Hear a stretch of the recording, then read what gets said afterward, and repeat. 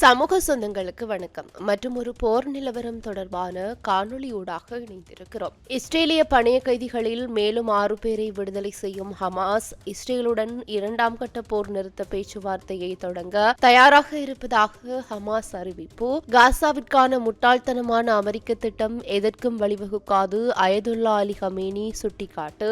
எந்த அச்சுறுத்தலையும் எதிர்கொள்ளும் தயார் நிலையில் ஈரான் ராணுவம். உக்ரைன் ஜனாதிபதியுடன் பேச்சுவார்த்தைக்கு புடின் தயார். ரஷ்யா தெரிவித்துள்ள முக்கிய விடயம். உக்ரைன் தொடர்பில் அமெரிக்கா ரஷ்யா பேச்சுவார்த்தையில் புதிய முடிவு வெளிவரும் புதிய தகவல்கள். டிரம்பின் நகர்வு தோல்வியிலேயே முடியும். அமெரிக்கா ஐரோப்பிய போர் மூலம் அபாயம். புடின் ஆதரவாளர் எச்சரிக்கை போன்றதான அண்மைய செய்திகள் குறித்து விரிவாக பார்க்கலாம். இஸ்ரேல் ஹமாஸ் இடையே ஓராண்டாக நீடித்து வந்த போர் தற்காலிகமாக நிறுத்தப்பட்டிருக்கிறது. இதனிடையே போர் நிறுத்த ஒப்பந்த அடிப்படையில் ஹமாஸ் தங்கள் வசம் இருக்கின்ற இஸ்ரேலிய பணைய கைதிகளை விடுதலை செய்ய ஒப்புக்கொண்டது. பணைய கைதிகளுக்கு ஈடாக இஸ்ரேல் தங்கள் நாட்டு சிறைகளில் இருக்கின்ற பாலஸ்தீன கைதிகளை விடுதலை செய்ய ஒப்புக்கொண்டிருக்கிறது. போர் நிறுத்தத்தின் முதற்கட்டமாக 6 வாரங்களில் 33 பணைய கைதிகளை ஹமாஸ் அமைப்பு விடுதலை செய்ய ஒப்புக்கொண்டிருக்கிறது. 33 பணைய கைதிகளுக்கு ஈடாக தங்கள் நாட்டு சிறைகளில் இருக்கின்ற பாலஸ்தீனர்கள் 1904 பேரை இஸ்ரேல் விடுதலை செய்கிறது. பணைய கைதிகளில் 33 பேரில் சிலர் உயிரிழந்ததாக ஹமாஸ் அமைப்பு தெரிவித்திருக்கிறது. 6 வார போர் நிறுத்தம் அமுலில் இருக்கின்ற நிலையில் இதுவரை இஸ்ரேலிய பணைய கைதிகளில் 24 பேரை ஹமாஸ் அமைப்பு விடுதலை செய்துள்ளது. அதற்கு ஈடாக இதுவரை 1099 பாலஸ்தீனர்கள் இதுவரை விடுதலை செய்யப்பட்டிருக்கிறார்கள். காசாவில் இன்னமும் 73 பணைய கைதிகளாக இருப்பதாகவும் அதில் 36 பேர் உயிரிழந்திருக்கலாம் எனவும் இஸ்ரேல் தெரிவித்திருக்கிறது. இந்நிலையில் போர் நிறுத்த ஒப்பந்தத்தின்படி இஸ்ரேலிய பணைய கைதிகளில் மேலும் 6 பேரை ஹமாஸ் ஆயுதக்குழு வருகின்ற சனிக்கிழமை விடுதலை செய்கிறது. மேலும் தங்கள் பிடியில் இருக்கின்ற பணைய கைதிகளில் கொல்லப்பட்ட 4 இஸ்ரேலியர்களின் உடல்களையும் ஹமாஸ் ஆயுதக்குழு வருகின்ற வியாழக்கிழமை இஸ்ரேலிடம் ஒப்படைக்கிறது. இதற்கு ஈடாக இஸ்ரேல் தங்கள் நாட்டு சிறைகளில் இருக்கின்ற 300க்கும் மேற்பட்ட பாலஸ்தீன கைதிகளை விடுதலை செய்யும் என்றும் காசாவிற்குள் தற்காலிக தங்கும் குடியிருப்புகள் கனரக வாகனங்களையும் அனுமதிக்கும் என்றும் கூறப்படுகிறது. இதேவேளை இஸ்ரேலிய ஆட்சியுடன் 2ஆம் கட்ட போர் நிறுத்த பேச்சுவார்த்தைகளை தொடங்க பாலஸ்தீனிய எதிர்ப்பு குழு தயாராக இருப்பதாக ஹமாஸின் தலைமை பேச்சுவார்த்தையாளர் ஹலீல் அல் ஹையா குறிப்பிட்டிருக்கிறார். போர் நிறுத்த ஒப்பந்தத்தின் முதல் கட்டம் முழுமையாக செயல்படுவதை உறுதி செய்வதற்காக ஹமாஸ் மத்தியஸ்தர்களுடன் குறிப்பாக கத்தார் மற்றும் எகிப்துடன் இணைந்து செயல்பட்டு வருவதாகவும் அவர் கூறியிருக்கிறார். இந்த ஒப்பந்தத்தின் கீழ் குறிப்பாக மனிதாபிமான உதவிகளை வழங்குவது தொடர்பாக இஸ்ரேல் பிரதமர் பெஞ்சமின் நெதன்யாகு தலைமையிலான இஸ்ரேலிய ஆட்சி அதை தாமதப்படுத்தியதாக ஹமாஸ் அமைப்பு குற்றம் சாட்டிய அதே வேளையில் ஒப்பந்தத்திற்கான தன்னுடைய உறுதிப்பாட்டை ஹமாஸ் அமைப்பு நிரூபித்துள்ளதாகவும் அவர் வலியுறுத்தியிருக்கிறார். இந்த நிலையில் தான் போர் நிறுத்தம் தொடர்பான 2ஆம் கட்ட பேச்சுவார்த்தைகளுக்கு ஹமாஸ் தயாராக இருப்பதாக அறிவிக்கப்பட்டிருக்கிறது. 2ஆம் கட்ட போர் நிறுத்தம் என்பது காசாவில் போரை நிரந்தரமாக முடிவிற்கு கொண்டு வருவதை நோக்கமாக கொண்டுள்ளது என்பது குறிப்பிடத்தக்கது. இதனிடையே காசாவுக்கான அமெரிக்காவின் முட்டாள்தனமான திட்டம் எதற்கும் வழிவகுக்காது என்று இஸ்ரேலிய புரட்சியின் தலைவர் அயதுல்லா சையத் அலி ஹமேனி கூறுகிறார். காசாவில் இஸ்ரேலுக்கு எதிராக பாலஸ்தீன எதிர்ப்பு படைகள் பெற்ற வெற்றியையும் அவர் பாராட்டியிருக்கிறார். அங்கு ஆக்கிரமிப்பு ஆட்சி ஹமாஸுடன் போர் நிறுத்த ஒப்பந்தத்தில் நுழைய வேண்டிய கட்டாயத்தில் இருக்கிறது. இஸ்ரேல் தன்னுடைய இனப்படுகொலை போரின் முக்கிய குறிக்கோளாக இருந்த ஹமாஸை ஒழிக்க தவறியதால் அந்த ஹமாஸ் படையுடன் போர் நிறுத்த ஒப்பந்தத்தில் நுழைய வேண்டிய கட்டாயம் இஸ்ரேலுக்கு ஏற்பட்டிருக்கிறது. பாலஸ்தீன எதிர்ப்பின் தலைவர்கள் மற்றும் போராளிகளினுடைய சிறந்த பணி, எதிரிக்கு எதிரான அவர்களினுடைய ஒற்றுமை மற்றும் உறுதிப்பாட்டை உருவாக்குதல், சிக்கலான பேச்சுவார்த்தைகளை முன்னோக்கி நகர்த்துதல் என்பன மக்களின் பொறுமை மற்றும் விடாமுயற்சியுடன் பிராந்தியத்தில் ஹமாஸ் அமைப்பிற்கு மரியாதை அளித்திருக்கிறது என்று அயதுல்லா அலி ஹமேனி சுட்டிக்காட்டியிருக்கிறார். தற்போது உலக அளவில் பொது கருத்து பாலஸ்தீனத்திற்கு ஆதரவாக இருக்கிறது. இந்த நிலையில் ஹமாஸ் அமைப்பு மற்றும் காசா மக்களின் ஒப்புதல் இல்லாமல் எந்த திட்டமும் வெற்றி பெறாது என்றும் அவர் குறிப்பிட்டிருக்கிறார். மறுபுறம் ஈரான் ராணுவத்தின் வான் பாதுகாப்பு படையின் தளபதி பிரிகேடியர் ஜெனரல் அலிரேசா சபாகிஃபர்ட் கூறுகையில் நாட்டின் ஆயுதப்படைகள் எந்த ஒரு அச்சுறுத்தலையும் எதிர்கொள்வதற்கு முழுமையாக தயாராக இருப்பதாக தெரிவித்திருக்கிறார். நாட்டின் ஆயுதப்படைகளும் வான் பாதுகாப்பு படையும் எந்த ஒரு அச்சுறுத்தலையும் சமாளிக்க தயாராக இருக்கின்றன. ஏனெனில் தற்போது எங்களிடம் இருக்கின்ற அனைத்து உபகரணங்களும் 100% உள்நாட்டிலேயே தயாரிக்கப்பட்டவை. பவார் 373 பாதுகாப்பு அமைப்பையும் அதன் புதிய தலைமுறையையும் உலகில் எந்த பாதுகாப்பு அமைப்புடனும் ஒப்பிட முடியாது என்றும் அவர் சுட்டிக்காட்டியிருக்கிறார்.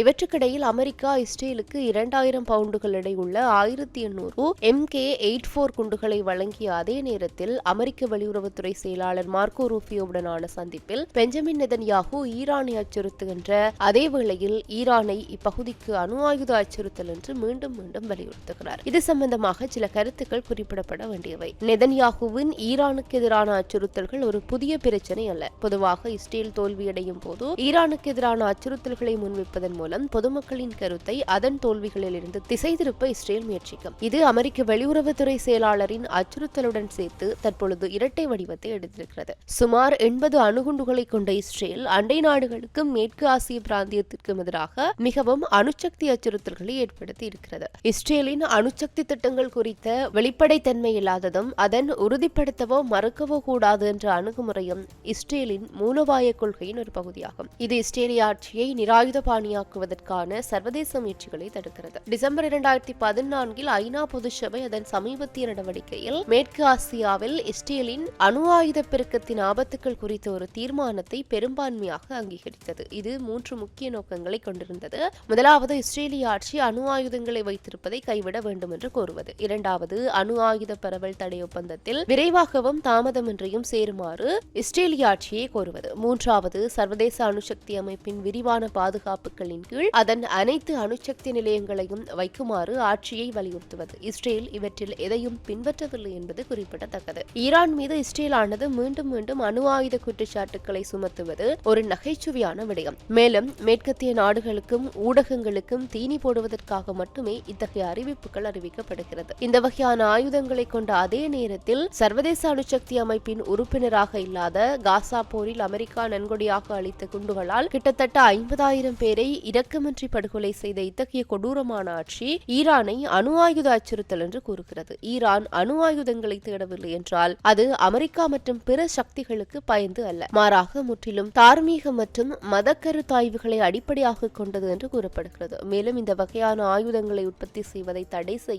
இஸ்லாமிய புரட்சி தலைவரின் ஃபத்வா இந்த கருத்துக்களை பிரதிபலிக்கிறது என்று கூறப்படுகிறது. முடிவு என்னவென்றால், நெதன்யாகுவின் சமீபத்திய அச்சுறுத்தல்கள் வெறும் ஊடக மாற்று வேலைகள் மட்டுமே. இந்த ஆட்சியின் அதிகரித்து வருகின்ற பலவீனம் காரணமாக அவற்றை செயல்படுத்த முடியாது என்றாலும் அவை சர்வதேச அரங்கில் சியோனிஸ்டுகளின் போர்க்குணம் மிக்க அணுகுமுறையை பிரதிபலிப்பதாக ஈரான் கூறுகிறது. அதன் சொந்த அதிகாரிகளின் கூற்றுப்படி வீழ்ச்சியின் பாதையில் செல்கின்ற இஸ்ரேலிய ஆட்சி அதன் உயிர் வாழ்வை தொடர ஒரு நெருக்கடியை உருவாக்குகின்ற உத்தி தேவை. மேலும் சர்வதேச மன்றங்கள் நிச்சயமாக இந்த அச்சுறுத்தல்களை பின்தொடர்வதில் உணர்துடன் கொண்டதாக இருக்க வேண்டும். மேலும் இஸ்ரேல் அதன் செயல்களால் ஒரு நெருக்கடியை உருவாக்குவதற்கு அனுமதிக்க கூடாது என்றும் ஈரான் வலியுறுத்தி வருகிறது.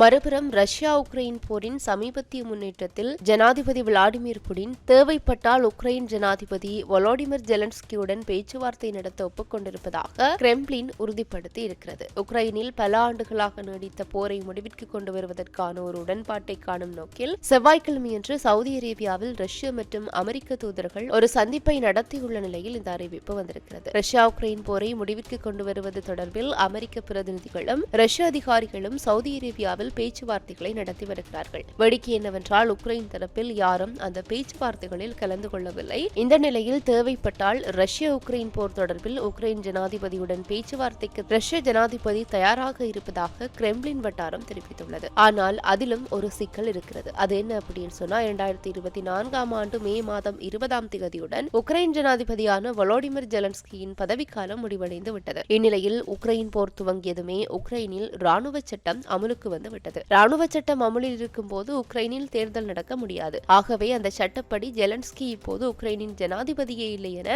ஒரு கருத்து ரஷ்ய தரப்பில் எழுந்திருக்கிறது. உக்ரைன் அரசியல் சாசனத்தின்படி அடுத்த ஜனாதிபதி தேர்ந்தெடுக்கப்படும் வரை ஜெலன்ஸ்கி உக்ரைன் ஜனாதிபதியாக நீடிக்க சட்டம் அனுமதிக்கிறது. என்றாலும் உக்ரைன் போர் தொடர்பில் பேச்சுவார்த்தை நடத்துவது என்கின்ற விடயம் வரும்போது முறைப்படி உக்ரைனின் தலைவர் யாரோ அவரிடம்தான் பேச்சுவார்த்தை நடத்தப்படும் என்கின்ற பிரச்சனை உருவாகும் என்றும் ரஷ்ய தரப்பு தெரிவித்துள்ளது.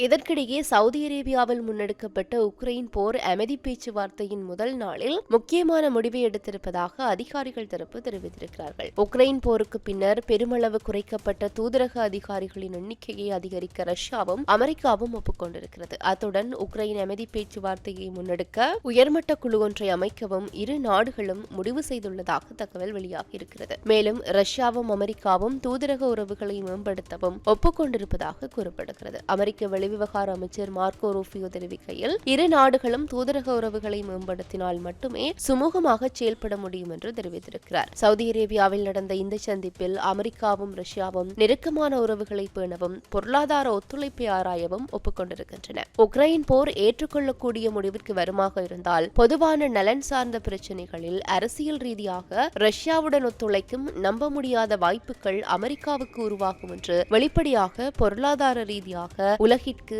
நன்மை ஏற்படுத்தும் ஒரு உறவாக இது இருக்கும் என்று நம்புவதாக மார்க்கோ ரூபியோ தெரிவித்துள்ளார்.